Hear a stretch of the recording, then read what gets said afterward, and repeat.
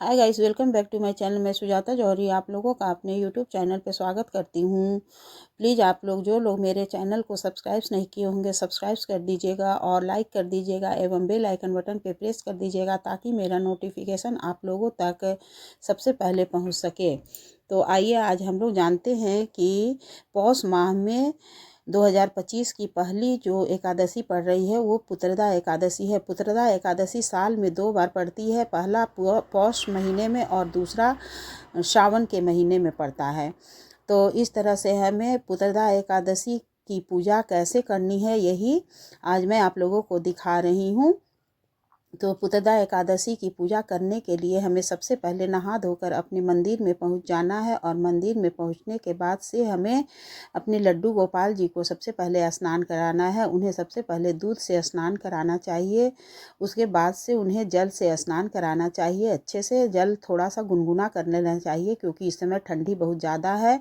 तो इस तरह से हमें अपने लड्डू गोपाल जी को स्नान करा देना है। स्नान के जल में या दूध में तुलसी दल हमें डालना ज़रूरी रहता है और उसके बाद से उन्हें इस तरह से हमें पोंछ देना है और पोंछने के बाद से उन्हें तैयार कर देना है। तो ठंडी का दिन है तो अपने लड्डू गोपाल के लिए ऊनी वस्त्र ज़रूर से खरीदिएगा और ऊनी वस्त्र उन्हें ठंडी में ऊनी वस्त्र ही पहनाइएगा। तो देखिए लड्डू गोपाल जी मेरे नहा धोआ कर तैयार हो गए और अब मैं उन्हें तैयार कर दे रही हूँ। लड्डू गोपाल जी को इस तरह से हमें तैयार कर देना है। पहले हमें उन्हें सूती कॉटन कपड़ा अंदर पहना देना है, उसके बाद ऊपर से हमें ऊनी वस्त्र उन्हें पहना देना है ठंडी के दिन में। तो हमारे लड्डू गोपाल जी देखिए तैयार हो गए और अब हमें पूजा शुरू करनी है। तो सबसे पहले हमें एक चौकी लगानी है और चौकी के ऊपर एक पीला वस्त्र बिछा देना है।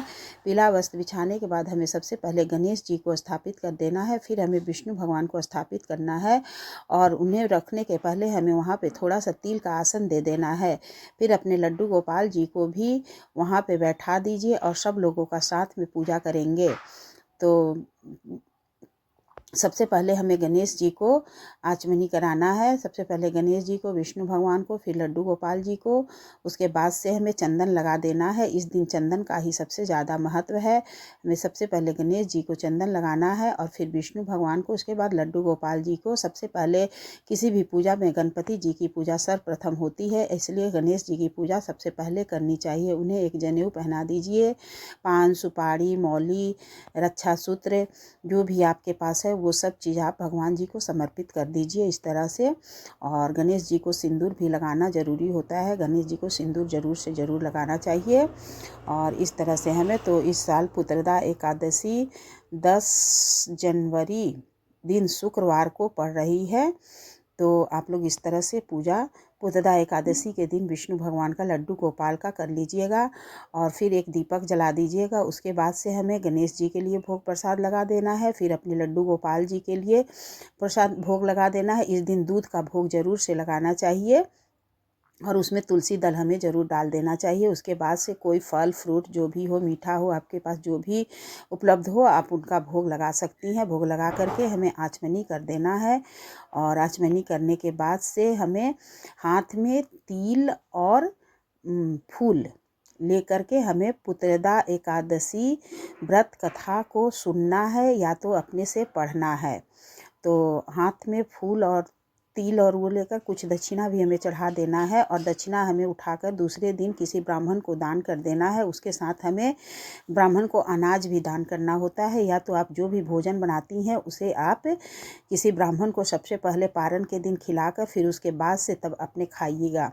तो इस तरह से हमें पुत्रदा एकादशी व्रत की पूजा करनी होती है और कथा सुनने के बाद से हमें जो तिल और फूल है वो विष्णु भगवान के आगे रख देना है। फिर हमें उन्हें आरती कर देना है, ओम जय जगदीश हरे। और आरती करने के बाद से आरती नीचे रख करके आचमनी करके और फिर हमें भगवान को आरती दिखाना है, फिर उसके बाद अपने भी आरती कर लेना है। तो इस तरह से हमें पुत्रदा एकादशी की पूजा करनी है। तो प्लीज़ आप लोग को मेरा वीडियो कैसा लगा, अगर ज़रा सा भी हमारा वीडियो अच्छा लगा होगा तो प्लीज़ लाइक कर दीजिएगा एवं कमेंट कर दीजिएगा ताकि हमें लगेगा कि आप लोगों को मेरा वीडियो पसंद आया। तो इस तरह से हमें उसके बाद से हमें प्रसाद उठाकर सभी में वितरित कर देना है और दूध को भी हमें सभी को बांट देना है। इस तरह से हमें पुत्रदा एकादशी की पूजा करनी चाहिए। इसकी पारण 11 तारीख को सुबह 7:15 से 8 एकादशी व्रत का पारण 11 जनवरी को सुबह 7:15 से लेकर के 8:45 तक है। इसी बीच में हमें पारण करना है और पारण में हमें सबसे पहले